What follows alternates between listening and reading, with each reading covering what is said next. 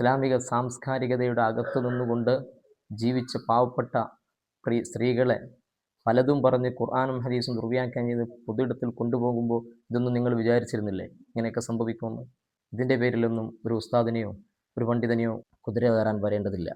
മറ്റൊന്ന്, നമ്മുടെ പെൺകുട്ടികൾക്ക്, ഇന്നത്തെ ന്യൂജൻ പെൺകുട്ടികൾക്ക് യഥേഷ്ടം കാശ് ചെലവാക്കാനും ധാരാളിത്തം കാണിക്കാനും ആരാണ് കാശ് കൊടുക്കുന്നത്?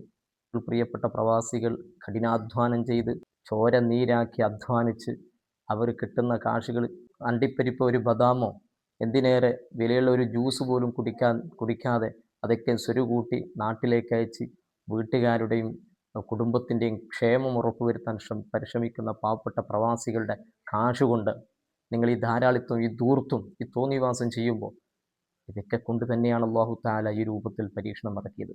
നമുക്ക് ഇസ്രായേലും അമേരിക്കയും ഇറാനെ അടിക്കുന്നു, ഇറാൻ അങ്ങോട്ടടിക്കുന്നു, യുദ്ധമൊക്കെ നമുക്ക് പറയാം. പക്ഷെ ആ യുദ്ധത്തിൻ്റെ അനുരണങ്ങൾ നമ്മളെ വീടിൻ്റെ അടുക്കള വരെ എത്തിയെന്നതാണ് വസ്തുത. കൊറോണ വന്നിട്ടും പോലും നാം പഠിച്ചില്ല. ഇനി ഇങ്ങനെ ഒരു യുദ്ധം ഉണ്ടായാലും നമ്മൾ പഠിക്കുന്നു. ഈ കൊറോണ കാലത്തിന് ശേഷമല്ലേ എന്തെല്ലാം വിവാഹങ്ങൾ ഇവിടെ നടന്നത്? കൊറോണ കാലത്തിൽ പഠിക്കാത്ത നമ്മൾ കൊറോണയ്ക്ക് ശേഷം എന്തെല്ലാം തോന്നിവാസങ്ങൾ ചെയ്തിട്ടുണ്ട്. വിവാഹത്തിൻ്റെ പേരിൽ മഞ്ഞക്കല്യാണം, പച്ചക്കല്യാണം, ചുവന്ന കല്യാണം, അങ്ങനെ പല ജാതി പേരിട്ടുള്ള കല്യാണങ്ങളും ആർഭാടങ്ങളും തോന്നിവാസങ്ങളും നടത്തിയില്ലേ? ഇന്ന് നമ്മുടെ സാമ്പത്തികമായി വളരെയേറെ പ്രയാസപ്പെട്ടുകൊണ്ടിരിക്കുന്ന ഘട്ടത്തിൽ പോലും തിന്മയിൽ നിന്ന് പിന്മാറാൻ, തിന്മയിൽ നിന്ന് രാജിയാകാൻ എന്തേ നമുക്ക് കഴിയാതെ പോകുന്നു? അതുകൊണ്ട് എൻ്റെ പ്രവാസികളടക്കം ചിന്തിക്കേണ്ടതാണ്.